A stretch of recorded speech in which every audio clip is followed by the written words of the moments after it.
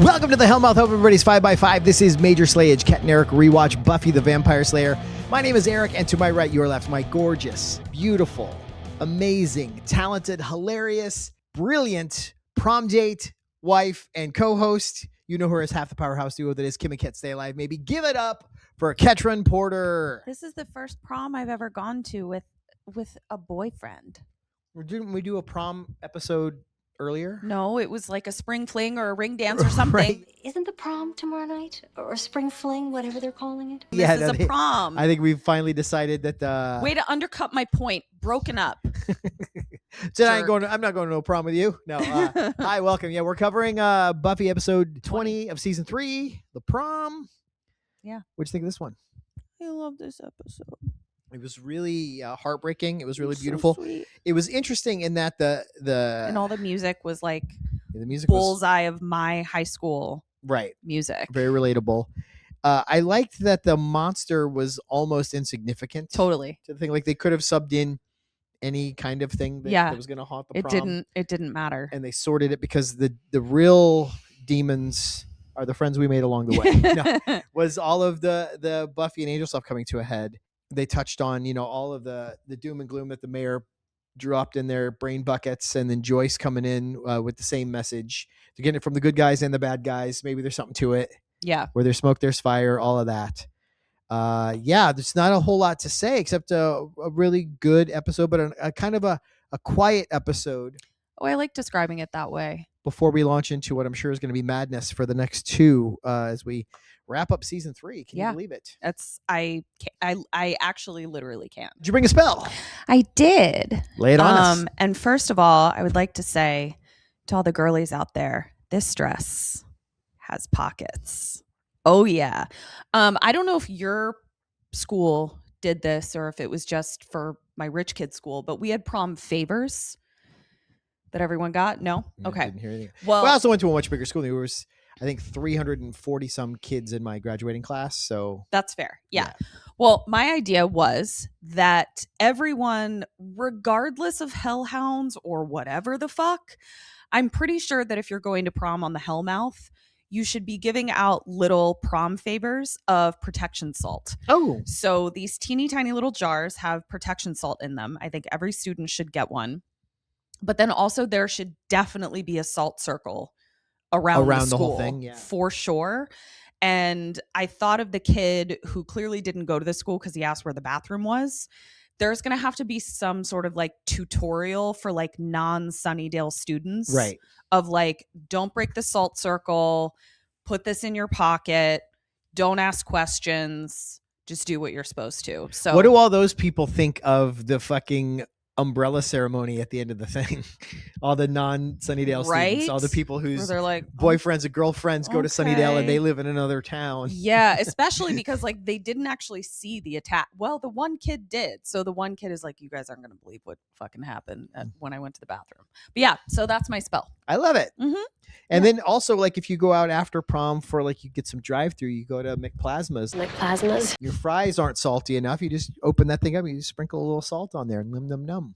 Ma'am, if you start using my protection salt to flavor your food, we're gonna have squabbles. Maybe I'm trying to protect my digestive system. Marital grievance. I brought an anti-marital grievance. Oh, you did? Yeah. Lay it on me. Find yourself a boyfriend who will coordinate outfits with you. You are so game to coordinate outfits. Yeah. We wore this exact combo to our best friend Kristen's wedding, and color coordinated his shirt. The pink goes really nicely with this. And I wore a different tie to that wedding. Yes, but he has a pocket square that goes almost exactly with my dress. Mm-hmm. And when we went to another wedding in Mexico last week or whatever it was, I don't know, he let me use it to dry my tears. Yeah, and this isn't just fashion, it's function. Yeah, my anti-marital grievance is that you're a really great prom date. Well, thank you. Yeah. You're an amazing prom date as well. I love your entire ensemble. I love your hair. I love the pearls. Your dress is gorgeous. And show the people at home what you're wearing on your feet. She's got some boots on, which is just turns this 9 into a 10 on the sexy meter. Why the fuck was I a 9 first? Because I couldn't see the shoes. Just kidding. This is also like a very early 2000s, late 90s hairstyle that I'm Yeah, rocking. you've got that bump up, the bump it. I'd like to bring it back. And I think the kiddos are bringing all of our styles back. Right. So They think they invented them though. Oh, I make a specific point to tell my kids that they did not invent Ed Hardy, Von Dutch, studded belts. They're wearing Von Dutch? Yes. I had a Von Dutch phase in my early 20s. Oh, God. Once again. Good thing you met me when you did, huh? Good thing I met you when I did. Yeah. Oh, you like the bump? Yeah, it looks cute. We'll bring I it think back. You're rocking it. We'll bring it back. I'll tell my children to get it rocking again. Yeah, we'll make that happen. Or you could just do it yourself and just be like the front of the wave. Yeah, no, because if I do it first, then the kids are going to be like, guess what we're not doing? With the old ladies. What that old lady is doing. Yeah. Had someone, I was working with some people at one of my jobs today, and the girl didn't know how old I was. And I told her, and it blew her mind right off of her face. Oh, cool. And she's like, I would have guessed you like mid-30s. And I was like, high five. I don't think that's accurate, but I'll take it. I'll give you mid-30s. Yeah, no, Give you an old mid-30s. Old, mid to late. Yeah. 30s. No, I'm a old, crusty old Methuselah. Yeah. I guess we'll do our business real quick, get it out of the way. So before we watch these, we do a watch along where we talk over the episode. You can watch along with us on Patreon for $5 a month. We also do a mini-sode called Trivia Crypt. The one that came out last week, because we split an episode into 2 parts. So we did a Trivia Crypt for the Buffy movie, which was a lot of fun. That one just came out. So if you join our Patreon, $5, you get access to all that stuff. So we've got 2 seasons worth of Trivia Crypt, 3 seasons worth of watch alongs, and all of her spells get posted there. And another thing you could do, it's an additional price, but it's only $5. You can purchase a tarot read from our very own resident witch. I don't know if you've been out to like a farmer's market or like a street fair or any kind of thing where they've got like people doing tarot reads. They're usually like $60. Yeah. So for $5, a personalized tarot read addressing whatever concerns you have, whatever it is you want to know. You can decide what deck she uses. You can decide the layout of the cards. It's very cool. And we've sold a few of them. People seem to be really digging them. Yeah. So I would encourage you to get on this before she decides she's undercharging. That's exactly right. We get into this episode? I do. Let's do it. So we start with a post-Slayage nap. There's no previously. Yeah, on. we're just right into it. Go right into the action. And Angel and Buffy fell asleep. Angel was being a creep, watching her sleep. And then I found out that this creepo has watched me sleep before. Isn't there a whole Aerosmith song from Armageddon that's supposed to be like really romantic? He said, I could lay awake just to hear you breathing. So you think he needs to keep the eyes closed? Yeah. All right, well, I don't want to miss a thing. That's all I'm saying. I close my eyes. Maybe you do something fun and I miss it. Snore. Yeah, there's that. That's not since the CPAP. Yeah. She's just Guys. goes to bed in a full fighter pilot mask now. And it's and she started taping her mouth shut too. Like it's a whole thing. Yeah. It's wild. I'll take a picture tonight and let Eric post a picture of how I have to go to sleep at night. My only grievance with this scene is just like they want to be like Buffy has bedhead, but they won't like commit to the bit. Like I'm like, give the bitch bedhead.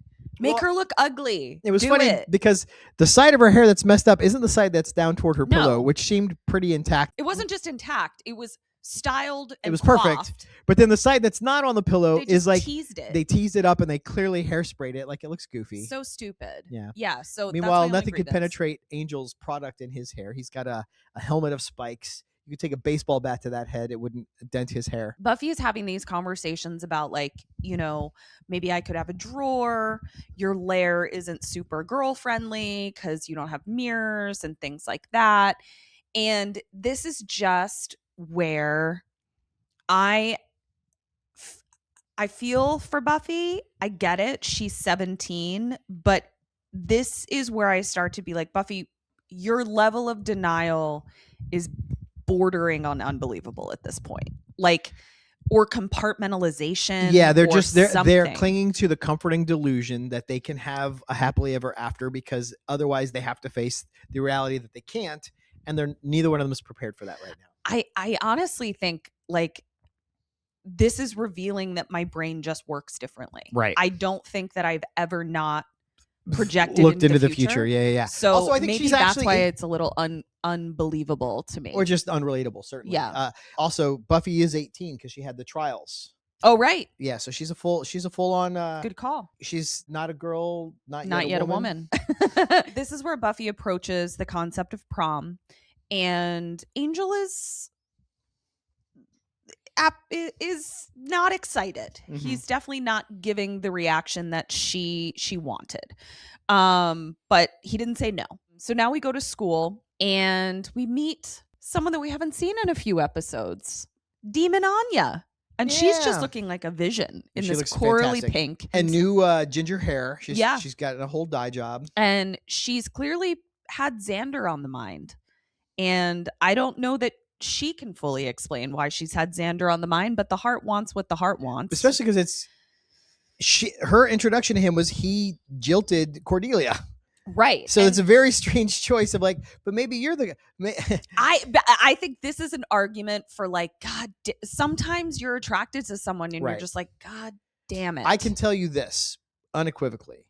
If I found myself through some magic means trapped in my teenage body, but I didn't like officially exist on the roster of anything, Mhm. I just no way I'm going to fucking high school.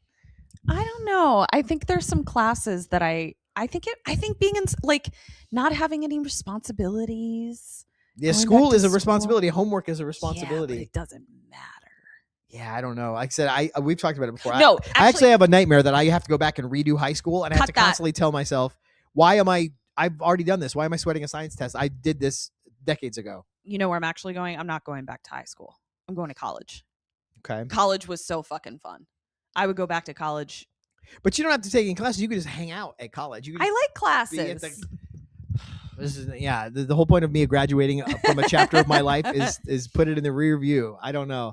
I think this bitch is nuts. Anya has one of my favorite lines, but it didn't win. You know, you can laugh, but I have witnessed a millennium of treachery and oppression from the males of the species, and I have nothing but contempt for the whole libidinous lot of them. Then why are you talking to me? Xander is as confused as to why she's interested as well. He's like, didn't you used to eviscerate men for a living? And she says, men are evil. Will you go with me? And I've never heard a more relatable line in my life, especially right now. I can't tell you how many women on Threads are like, what is it? There's no better argument for sexuality not being a choice than the fact that I'm still attracted to men. And I feel like Anya is the mascot for that entire concept. I think it's both fair and warranted. Yeah. Anya thinks that she knows that Xander will say yes. Spoiler alert, he does, because he's seen her. Because she's seen him staring at her boobs a lot. Right. Which apparently is just because his eyes are open. Can you relate?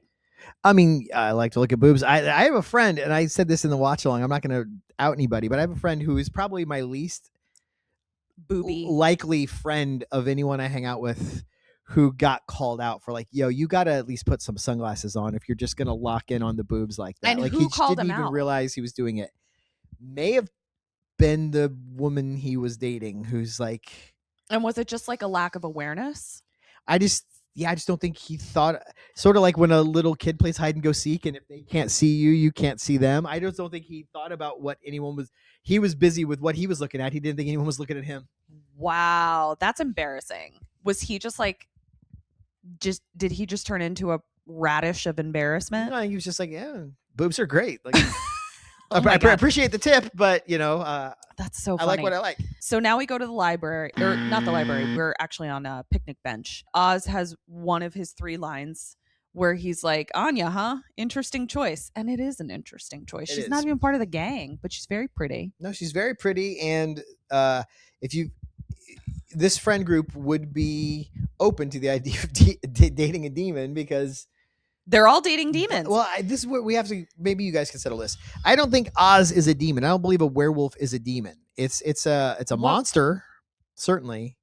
Yeah, but I'm pretty sure, like, how are you characterizing a monster versus a demon? I think a demon is like something like from hell or the hell dimensions, and they are necessarily malevolent. Whereas like Oz is a little out of control, but he's just like primal. He's not like he's just like an out of control animal versus like vampires and vengeance demons are specifically there to fuck shit up. Yeah, but later on, spoiler alert, we're going to meet demons like Clem, who is definitively a demon. He self-categorizes as a demon, and he is not evil or monstrous in any way. Yeah, I don't know. Well, you guys tell us. Is Oz a demon?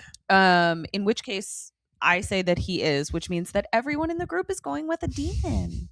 A werewolf, a vampire, and a ex-demon, at least. And an angry woman, which I relate to. Now we go back to Angel's lair, and Buffy left one of her notebooks there, and she wrote the very familiar Buffy and Angel forever, and then he gets a knock at the door. Joyce shows up, and she loves his place. I was like, Joyce is probably like, what do you pay for this place?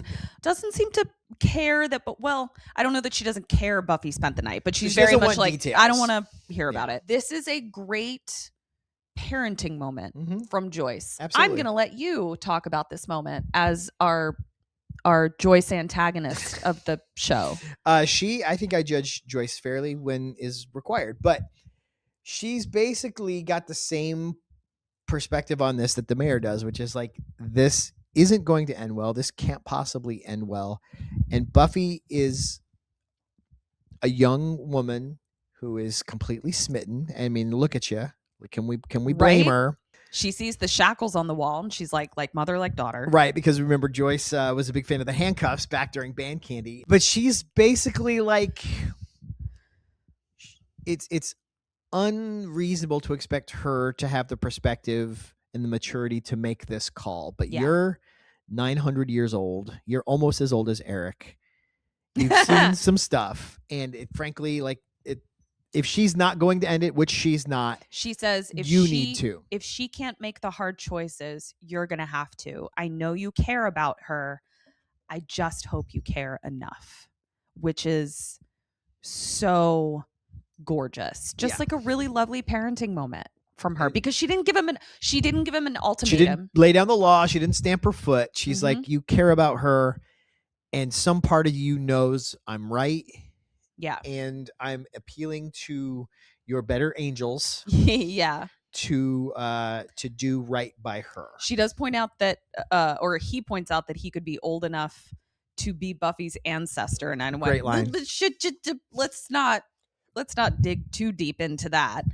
Again, I think we talked about in the watch along, someone in our YouTube comments pointed out that Wesley is canonically supposed to be like 22. So 22 to 18.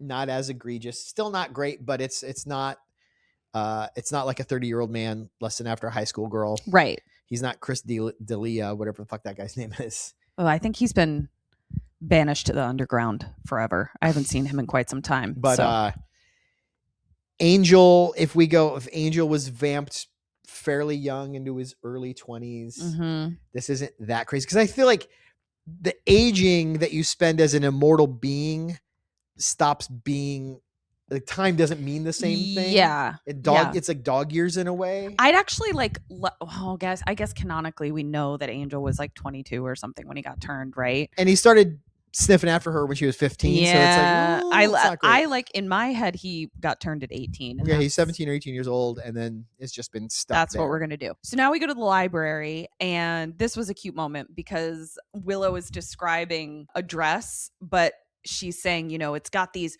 arms with this frilly stuff on it. Giles thinks that they're describing a demon. It was very cute. And boy, oh boy, I really think that they cast Wesley so that there could be no doubt about how hot Giles is.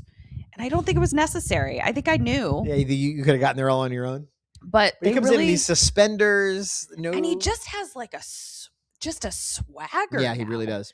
Like, he didn't really have that in the first couple seasons. No, he was a bumbling nincompoop the first season. And now knocked out by zookeepers. Now I'm just like, he lets Ripper take the wheel more often. He comes in and thinks they're talking about demons, and Buffy has a great line. She's like, can't you ever get your mind out of the Hellmouth? A lot of good lines in this episode. Yeah. So they're still worried about the Ascension, still don't know enough about the Ascension. They think that the mayor is going to turn into a demon, but they don't know which demon. Right. That's part of the issue. WWP is there and Cordy is following after him. Cordy's like, no, I'm a Scooby. I'm Scoobed. Oh, I wrote this. I kind of missed it in the watch along, but WWP says he's going to be aiding in chaperone duties. And again, I'm like, as what?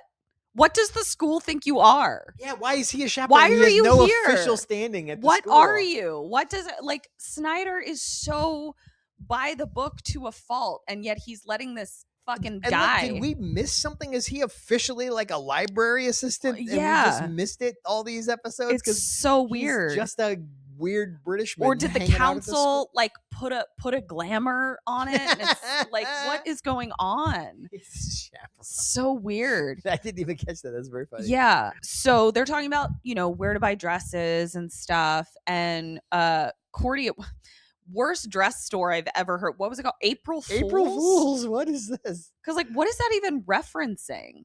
Like, Well, there's the 1st of April is a day where Yes, but, apparently, like- you're just supposed to lie about something, and then you say April Fools, and nobody is 'Cause what it moved feels like or is, finds like- it funny. because what it feels like is like, oh my God, that dress looks great on you. April Fools. Yeah, this is So stupid. Anyway, Cordy tells us not to shop there because that's where she shops. And Giles is also, apprehensive about how much emphasis they're putting on prom because of the Ascension. And Buffy brings up the point of like, if we're all going to vaporize on G-Day, like we may as well go to prom, right. Missing Prom isn't going to make us better able to fight the mayor.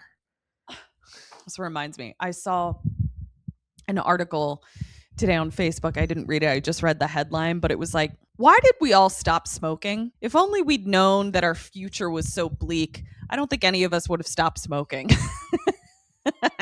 Now we cut to a spooky rundown crack den. house. Yeah. And there's creatures in cages. And I know that I'm supposed to think that they're bad, but I don't know that they weren't trained to be bad. No, but I'm saying we're supposed to feel that way because the person that's doing that to them is definitively a bad guy. Yeah. Like maybe these demons were like really like squishy, nice demons until they got trained to be bad. Mm-hmm. You know what I mean? So it's the locked in with kind of a Clockwork Orange head halo. Yeah. So they're having to watch television. We don't see what's Yeah. on the television, but we can only assume it's trashy reality TV or something. Yeah, and they're houndish looking only because they're kind of reminiscent of like what Oz when looks like. he's when I'm he's a curious werewolf. if the people who play these when they're running around is the same stunt performer that plays Wolf Oz. Oh, it has. I mean, because they're so good at it when they're Right. running on all fours. Mhm. Okay, now we get to the portion of this show where for the next 45 minutes, I'm going to talk about a dress. We have a wedding. Bangel is getting married. Now, it's somebody's dream, obviously. We don't know who. They're getting married in an empty church. It's daytime, which Right. you pointed out. Boy, oh boy, does she look fucking effervescent. Yeah, This she's a who vision. design I'm gonna trivia crypt who designed this dress Because it is perfect, but it's not your style because it's quite simple. But is it quite looks so simple. perfect. And it It's cuts such a so great perfect. silhouette. Yeah, It hugs her form in a way. it makes her It's decolletage beautiful. just like exactly. I mean, my eyes were open. Oh, it's so ju- that's yeah. where they went. So they get married, they walk out into the sun, and Angel looks up and we're like, oh damn. He's not burning.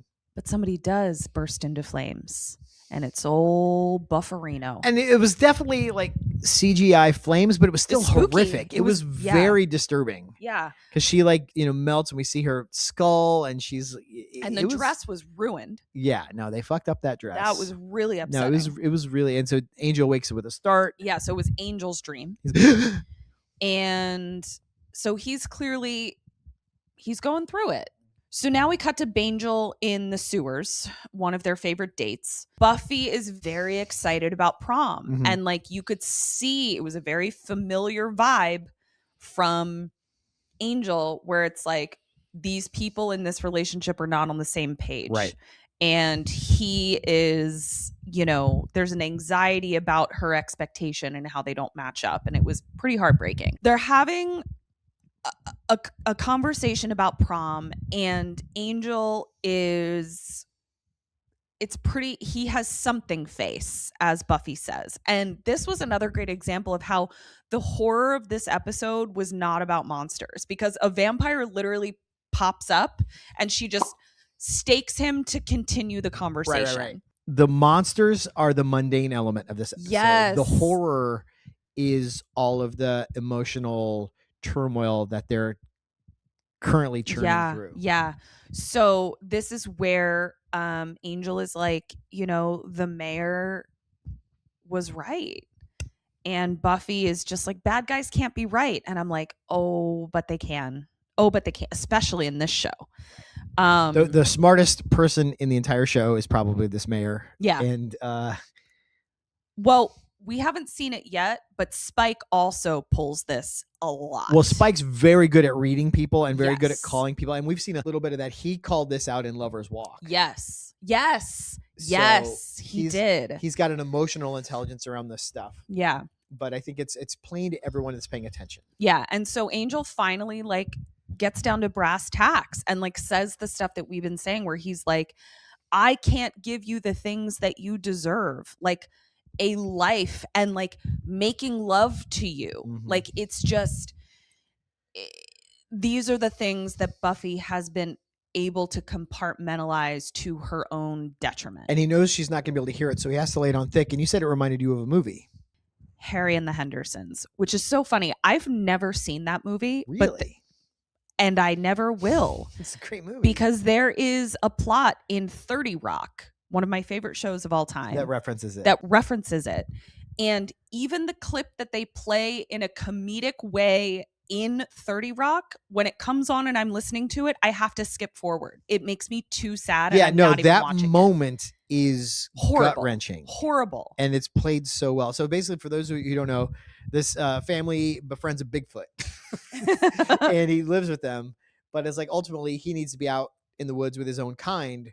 And he's fallen in love with them. And they can't, if they say, hey, don't be here, he won't. So John Lithgow, the dad of the family, literally has to be like, get out of here! Can't you see we don't want you anymore? Go! Go! and he has to pretend to be angry to get Harry, they call him, get Bigfoot to go live with his own kind. And then, of course, we turn back and he's crying. It's literally so fucking sad. It's so sad. They're trying to make it a joke in 30 Rock, and I can't handle it. Get out of here. Can't you see we don't want you anymore? It's so fucking sad. Yeah. But that's exactly the move Angel has to be. He has to be like, I don't want to be with you. Yeah. And she says, I want my life to be with you. And he says, I don't. And he says, I'm leaving after the Ascension. Yes, I'm crying about thinking about Harry and the Hendersons. That is a movie I've never seen. Yes, leave me alone. We cut to her sitting out on the roof on her bedroom window, just despondent, just so sad. The next morning, Willow is over and she's telling Willow that he's leaving, and Willow is being the best friend, where she's, he's a jerk, he's an idiot, and Buffy says, you don't have to do that. And then Willow's like, okay, well, I also have a brain in my head, and he's not wrong, and this was inevitable, and you guys were a little bit foolish, but she's kinder about it than I just was. Yeah. But she basically says like, no, this totally tracks, and it doesn't mean it sucks any less. And I don't know if this will be a surprise to you guys, but when my best friends need me to hate a boy, it's my specialty. I'm really good at it. Boy, oh boy, was SMG heartbreaking in this scene. She's like, I can't Some breathe. of the best acting of the show. And fantastic writing as well. It feels like the end of the world the way the end of teenage romance feels. Yeah. Like this is going to sound like a humble brag. I don't mean it to, but I had a girlfriend when I was 16, and we just grew apart. It's you don't date someone forever when you're 16. Mm-hmm. And so she came over. I think I might have even told this story before. She came over for my little cousin's birthday party. And at the beginning, she came early to set up, and I said it, and I was like, look, this isn't working for me anymore. I'm amending things. And she said to me without with no hint of irony, or she's like, I knew this was going to happen. And I prayed last night I would die in my sleep so I didn't have to hear you say it.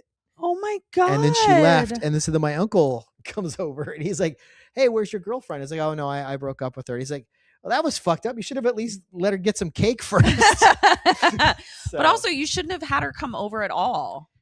Well, I needed to break up with her. I wasn't going to do it on the phone. You should have gone to her house. I was busy. I was setting up a birthday party for a 3-year-old. Terrible. I'm hating you right now. Aren't I good at it? You trying to put in a resume where Anya works? Yeah. You'd be a fantastic vengeance demon. Wouldn't I? I think Ketra just found her calling. Wait, like seriously, wouldn't I? I'm the one who said it. Would you want to be? How would you? Because I'd still want to be with you. I would just. But it would be then the family business. So what would you do? I would mind my P's and Q's. Quick cutaway to the creatures in cages in the dilapidated house. One of them breaks out. Cut to Xander walking past Cordy's store again. And I was like, Xander, motherfucker, just let it go, dude. Like, just let it be. You've got a date. You cheated. You're the bad guy. Shut the fuck up. But Leave he can't her alone. resist. So he goes in And he says, how long does it take you to buy a fucking dress? Like, she's like she's literally holding up the same dress that we've seen her with several times, which I relate to. When I worked at Guitar Center, in fact, I'm going to go get the guitar right now. This is my beauty. This is one of my favorite things I've ever owned. And when I worked at Guitar Center, I was only there so that I could buy gear with an employee discount. And I was able to get this. I had a bunch of other stuff. I was outfitting a whole studio and I got furloughed during COVID and couldn't use my discount. But I would go in there. Must have been 2 months. And I worked, at least 2 days a week. I'd go in there every day on my lunch break and I would sit down and I would play this guitar. And the first thing I would do on my shift was walk in and see if someone had bought it. And I was tempted to try and hide it somewhere so nobody could buy it. But this is my favorite thing I've ever owned. And it just plays beautifully. And it's Did you ever just, name it? No, I don't, it's not really something I've ever done. Wow. That's I'm not BB King. I don't think I'm a good enough guitar player to get away with naming my guitar. Can I name it? Can I think of a name? You can pitch a name. I'm not granting you naming rights. Steve. Okay, you're fired. But anyway, so I relate. So Cordy picking up the dress, touching the dress, fantasizing about what it would be like to own the dress. I relate to because I did the same thing with this. I love that. So Xander comes in to antagonize. She's holding up this beautiful dress, which you pointed out is in a color that not everyone can pull off. Fuck no. It's like a deep gray, sparkly gray dress. But it we also happen to be looking at one of the people who can pull it off. Xander has my least favorite line in this, which I'll have Eric drop in the superlatives. But this was a thing that people did. One of the insults of this era was calling women nymphos, which is a type of Greek demigod that were basically just like women who enjoyed sex. Right. And that is such a fucking once again, just the messaging of this era was so insidious. Right. Because it wasn't even calling a woman a whore. It was saying you like enjoy sex. Right. And that's an insult. Which is like, what's the fucking alternative? That I don't? Yeah, because guys don't want to date a girl who's not into sex. I never understood. It's a crazy, really fucked I never understood insulting women for their sexual exploits or their sexual pleasure or anything. No. Yeah, it's really insidious. I could do an entire TED talk on just like why that insult was part of the lexicon of this era and how damaging that specific idea was. Well, it's puritanical. It's this idea of patriarchal. It's definitely patriarchal. It's got its roots in like fundamentalist religion and this like gross idea of purity and, dumb things like a key that opens every lock is called a master key, but a lock that can be opened by any key is worthless. And it's like, if you think your genitals are keys and locks, then maybe you're not ready to handle sex. Yeah. Quick interjection. I don't know if I've told this story before, but I went through a brief moment in time where I was an evangelical Christian in middle school. And it was, you liked a boy, and so you went to all like the praise. I liked a boy, and shit. he held all the like the meetings at his house. And it was and like then puka shell acoustic guitar Christianity, right? Yeah. that's how they suck. That's how they get you. But I like went to these camps. My poor dad just thought I was like going to camps. I didn't tell him till like years later. I was like, that was like an evangelical I think I Christian was camp. there when you told them that was religion. Yeah. I had no idea. And they were gobsmacked because they're Yeah. not super religious people. They're not. I don't know what their spirituality is, but they're not. Dad's they pagan. They don't go to church or anything. Yeah, mom's a recovering Catholic. Right. Still has to wipe those cobwebs away every so often, but in general, But yeah, they were just like, wait, you were we took you to religious shit? That wasn't That's crazy. Yeah. But they would trick you because it's like camp. It's like super fun sleepaway camp. So you're doing all this fun stuff, but every day you would go to these lectures with this fucking youth pastor. And one of the fucking lectures was about why you can't have sex before you're married. And they use the analogy of a peanut butter and jelly sandwich. Boys are the jelly side, girls are the peanut butter side. Oh, and if you smash it together and then you pull it apart, you've got someone's jelly on your peanut dick or whatever. Yep. Yeah. So dumb. Yeah. Terrible. Once you put a peanut butter and jelly sandwich together, you can't pull it apart without either side being tainted with the other's jelly. So fucked up. Anyway, this is where Cordy finally admits, like, fuck you, dude. I fucking work here because my dad doesn't pay taxes and we lost everything. And one of the things I thought about, she was like, I lost all my dresses. I lost everything. That means she had a really fucking expensive wardrobe. Yeah, they're not going to collect your Target Gap clothes. Yeah, you like know, she had an designer. expensive designer. She just said she doesn't have a cell phone. I was like, I've never seen anyone on the show use a cell phone. Cell phones would be so fucking handy. Right. If you think. Oh, yeah. I mean, nobody had cell phones when I was in school. I didn't get my first cell phone until I was like 23, and I was frankly an early adopter. It was. They weren't widespread when I was young. I had a handful of kids who had cell phones at my school, but again, I went to a rich school. Who the fuck were they talking to if not everybody had one? Their parents. Now, I we don't had a know. bag phone. My mom had a bag phone in the car, which was a big handset with a curly wire attached to what looked like a little attaché case that would plug into the cigarette lighter of your car. Yeah. So it only worked on the road, and it was expensive. Like $4 a minute to talk on the fucking thing. Like it was a nightmare.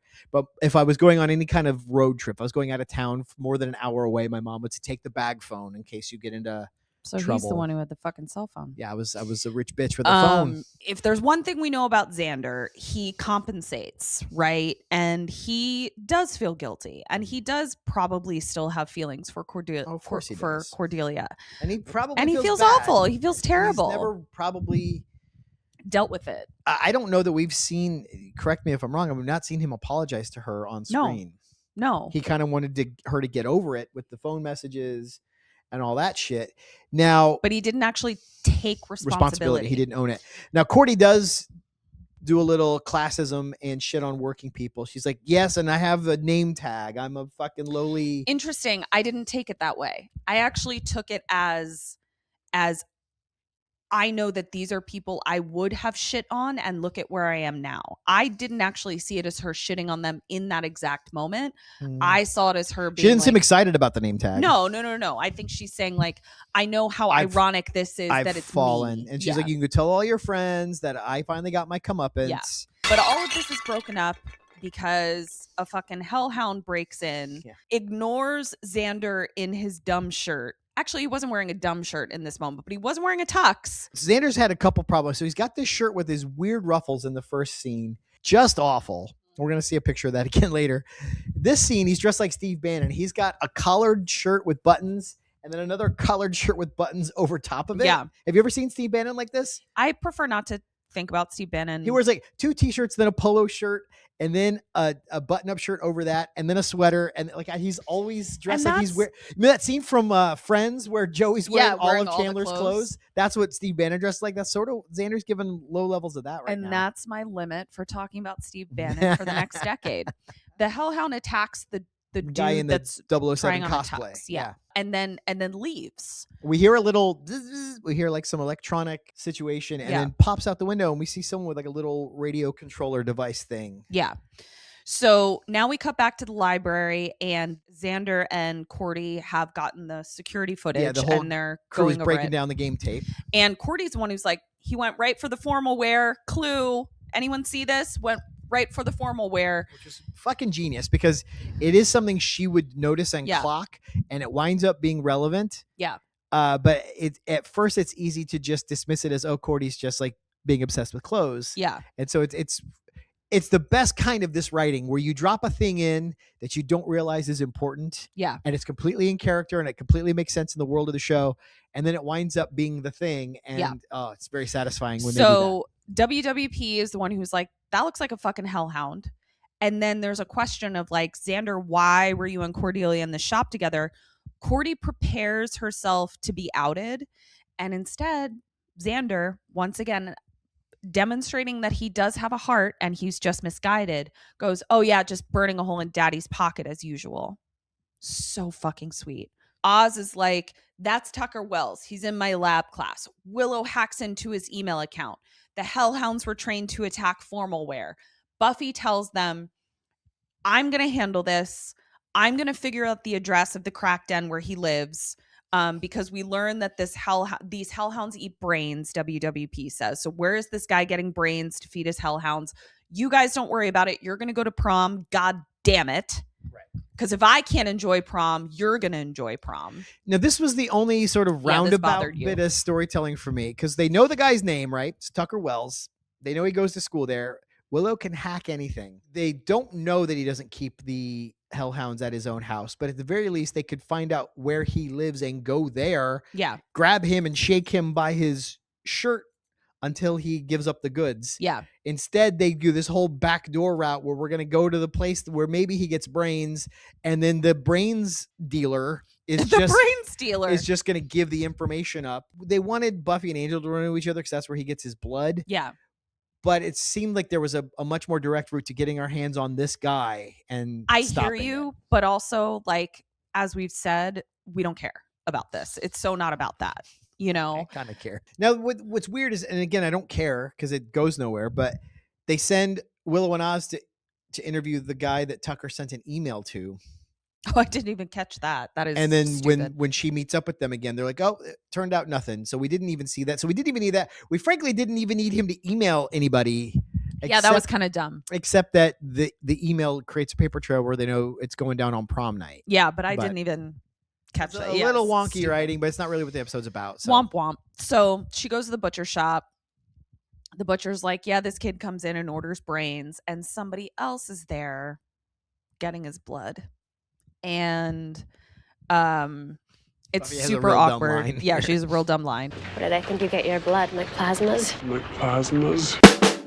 She's not quipping at full strength right now. No. Angel asks her if she's still going to prom, which was really heartbreaking. Give me that little thing of salt you have. I'm going to rub it in Buffy's wounds. Yeah, right. So she's still planning to go.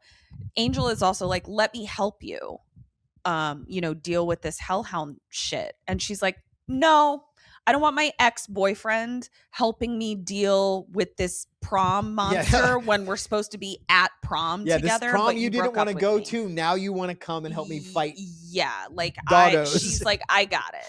Cordy is, leaving her job, and her coworker is like, don't forget your dress. And Cordy's like, I wasn't able to pay it off, so I guess I'm not going. And her coworker says, well, somebody did.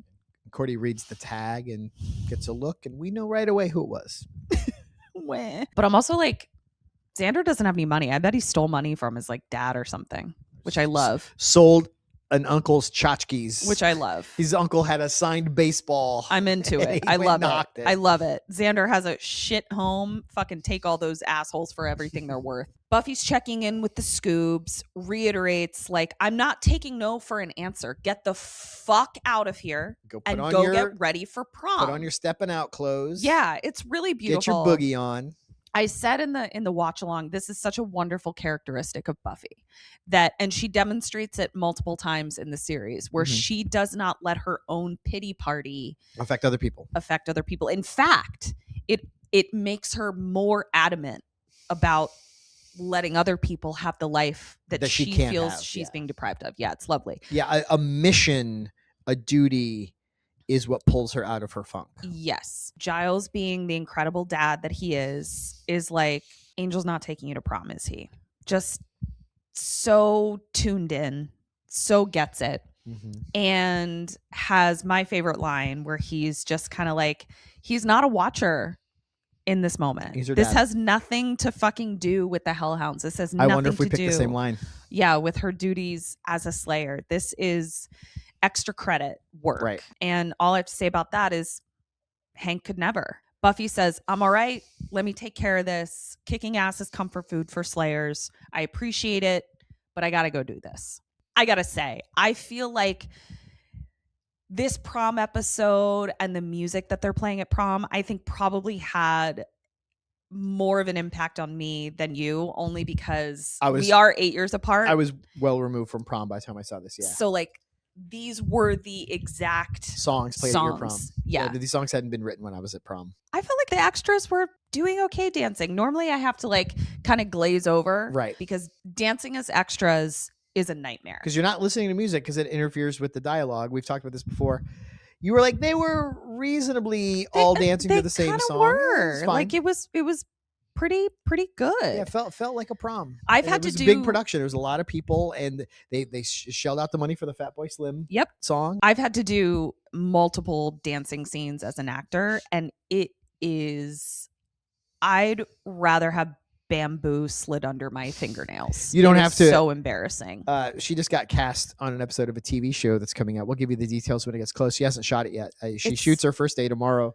It's a teeny tiny part, like to the point where on TV, it's cool. Could very well end up on the cutting room floor. Well, whatever the case, I'm just asking, do you know if you have to do any dancing? I do not. Okay, good. Anya's telling Xander about all of her exploits from the plague and the Renaissance. And I just wanted to push Xander out of the way and just be like, because he's not feeling it. Everything. Because he runs into Cordy and Wes at one point and is like, how are you doing? And give me all the details. Like, please talk so that she's not talking. Well, he can't really handle it. I don't know that. See, I'd be into the history of it and the evisceration of it. But he's also like, I'm concerned that I am the demographic. Yeah, these are the P's and Q's I was talking about before. That he's like, I don't need to hear all the ways you're going to fucking flay me when I inevitably screw this up. I just feel like I have so many ideas already. Get you a little notebook. Like, I need to find Tahafren and be like, are you hiring? Because I'm available. Everyone looks great. I love Anya's dress. Jesus Christ, she looked phenomenal. Anya and Willow were like neck and neck. Willow pulled it out for me. You were team Anya. I love red. I was team Willow. Wiles is chaperoning again. Who does the school think that Wesley is? And then WWP sees Cordy walk in. Now, to be fair, she looks like a goddamn vision. And actually, for all of my millennials out there, my millennial girls who grew up with Disney's The Little Mermaid, her dress is really giving Ariel coming out of the ocean in that blue sparkly number that we all know, that we were all robbed of in the real life remake of it, that they didn't put Halle Bailey in. You know what I'm talking about. It's giving that, and we love it. And so does WWP, which is kind of gross, but remember, he's 22, less gross. She's 18. Let's move on. Giles rolls his eyes because WWP cannot keep it together. No, because he's talking about the salsa, but he keeps talking about how hot it is and how sexy it is and how much he wants to fuck the legs off of the salsa. So gross. He wants to get motorboated by the salsa. Okay. And he wants the salsa's dress crumpled up on the floor next to his bed. The metaphor is not really doing the work he thinks it is. I'm good. We done? He wants to bust a nut deep inside the salsa. He wants to make out with the salsa till his lips are numb. How do I leave? So Jonathan walks in. He's been let out of the loony bin in time for prom. He's got a date who's a full head taller than he is. Yep.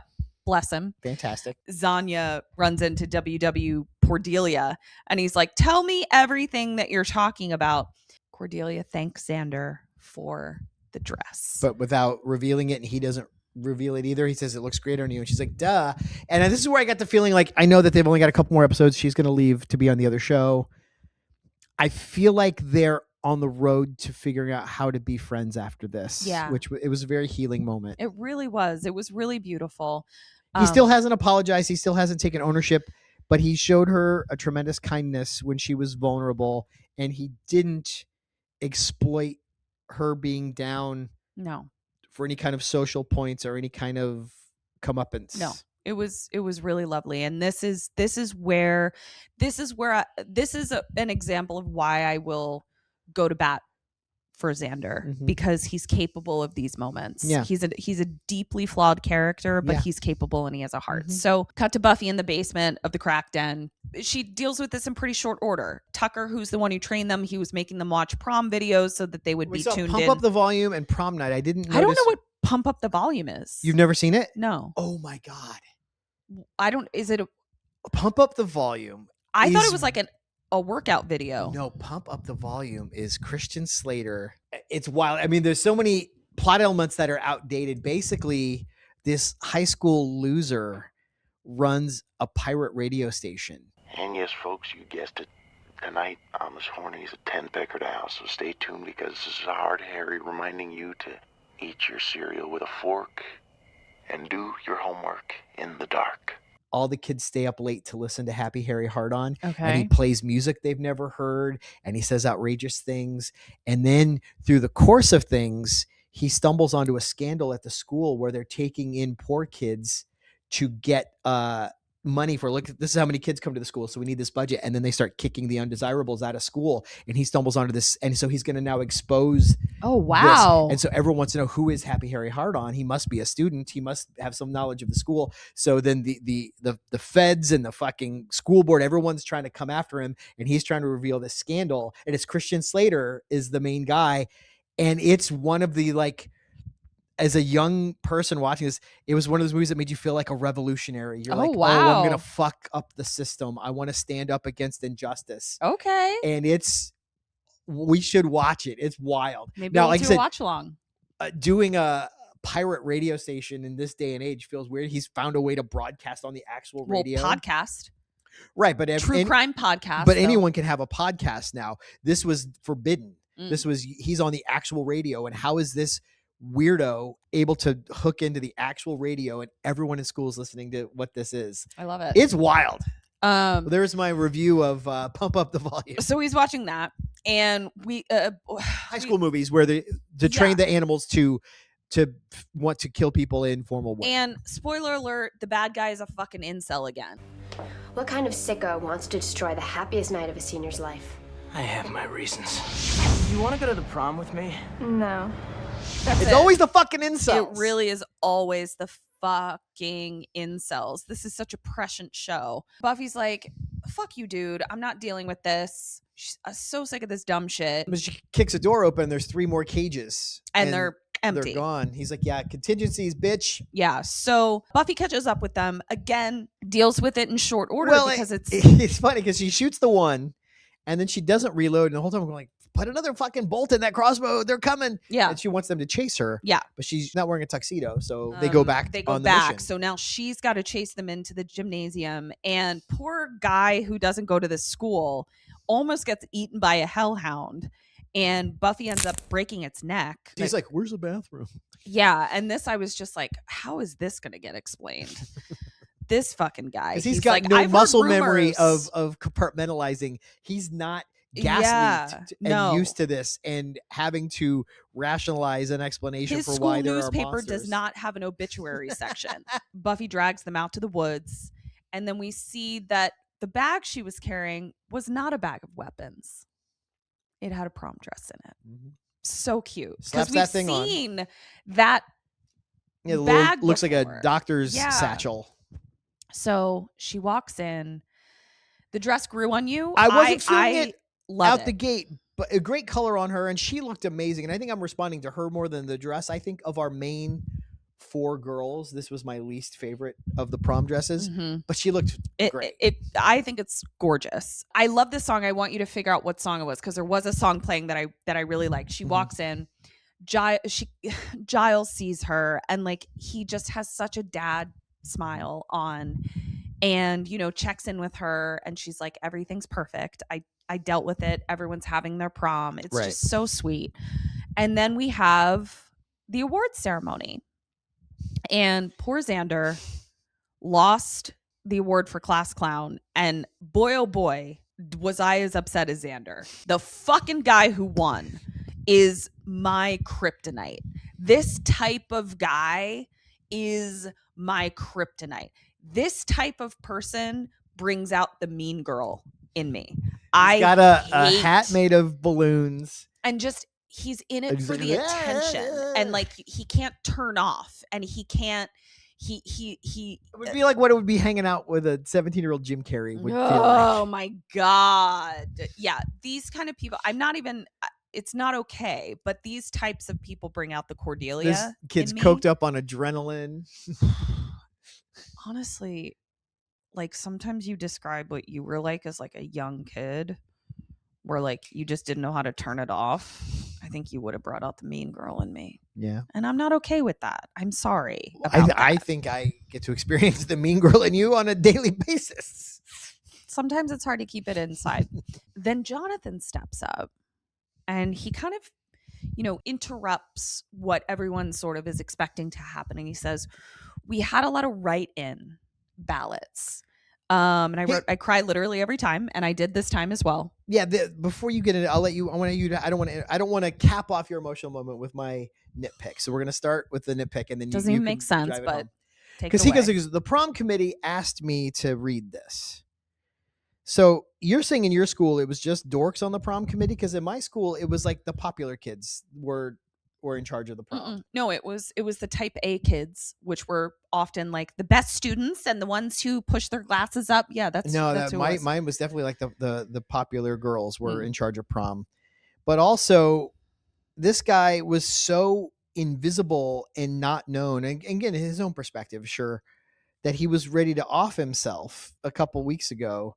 And now we realize like he's been involved in planning the prom and is like the one that like, no one else on the prom committee is like, I'm going to handle this. This is a big deal. I want this. We're going to have Jonathan do it. Now, there was sort of a sweet poetry to it, then that she literally saved him like a couple weeks ago. So maybe he elbowed his way to the front for that. I think it just blew me away that this loser who gets shit on constantly is the guy that the prom committee is like. And then for our biggest special moment, we want you center stage. Wait a minute. She even fucking said, and now you're making me get into it. She even fucking says in earshot where he's like, oh yeah, being popular and beautiful and blah, blah, blah. And she's like, nobody thinks about you, Jonathan.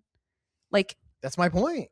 Right, but I think that he perceives malice, whereas people are probably like, sure, Jonathan. No, I don't think it's malice. I think they're completely ambivalent to him. I think they don't. Right, he doesn't exist at all. So why would he be the mouthpiece for this special honor? His way in. Yeah, but I think it would be very easy to disregard this nobody.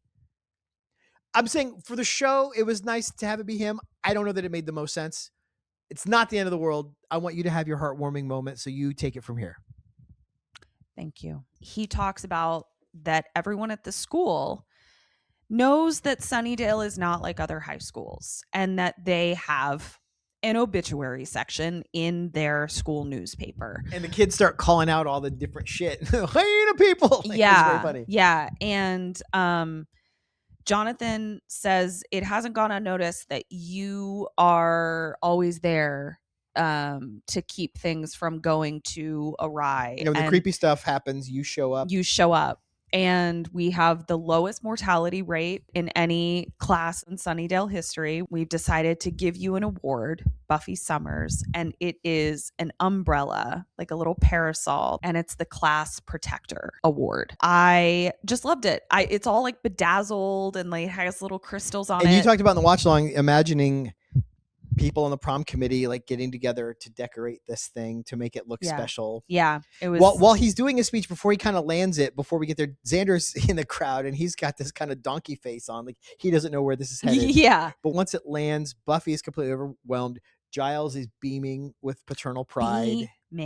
Beaming. It's so sweet. It's such a thankless job she has to do, and it just must feel so good to be seen, thanked, and appreciated. Yeah. The moment is broken up by WWP being like, can I ask out an 18-year-old? And Giles is like, oh my God, can you just shut the fuck up? For God's sake, man, she's 18. And you have the emotional maturity of a blueberry scone. Just have at it, would you, and stop fluttering about. Right then. Couldn't agree more. But then the song starts playing. Mazzy Star's cover of Wild Horses. Hey, this is Eric checking in from the edit with a quick correction. The cover of Wild Horses was actually performed by the Sundays, not Mazzy Star. Apparently that's a common mistake, but Mazzy Star did not cover that song. So now back to the episode. Which is one of the greatest covers of all time. It's better than the Stones version. Like this is this song was written so that it could eventually be played this way. And this song was like, this was a formative song of my life, because also this played on the roller coaster scene in Fear, starring Reese Witherspoon and Mark Wahlberg. She got finger blasted. Yes, but this song was in so many movies of this time, and I believe was like neck and neck with another Mazzy Star song. Fade when Into my You. class was voting for like, what is our main song going to be? We ended up voting for Fade Into You because rigged the election, but that's fine. Buffy is watching everyone dance.